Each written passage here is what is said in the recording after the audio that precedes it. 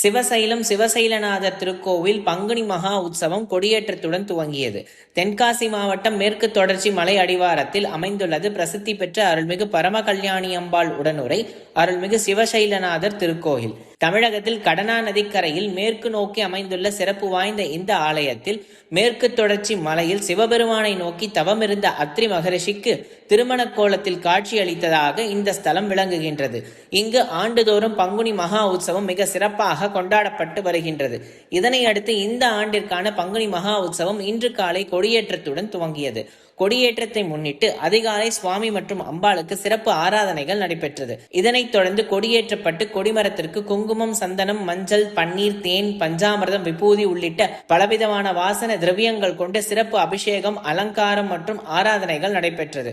கொடியேற்று நிகழ்வில் ஏராளமான பக்தர்கள் கலந்து கொண்டு வழிபாடு செய்தனர். தொடர்ந்து விழா நாட்களில் காலை மற்றும் மாலை வேளைகளில் சுவாமி மற்றும் அம்பாள் திருவீதி உலாவும் நடைபெறுகின்றது. 11வது நாளான ஏப்ரல் 13ஆம் தேதி பங்குனி தேரோட்டமானது நடைபெறவிருக்கின்றது. விழாவிற்கான ஏற்பாடுகளை கோயில் நிர்வாகத்தினரும் பங்குனி உத்திர கமிட்டிதாரரும் செய்து வருகின்றனர்.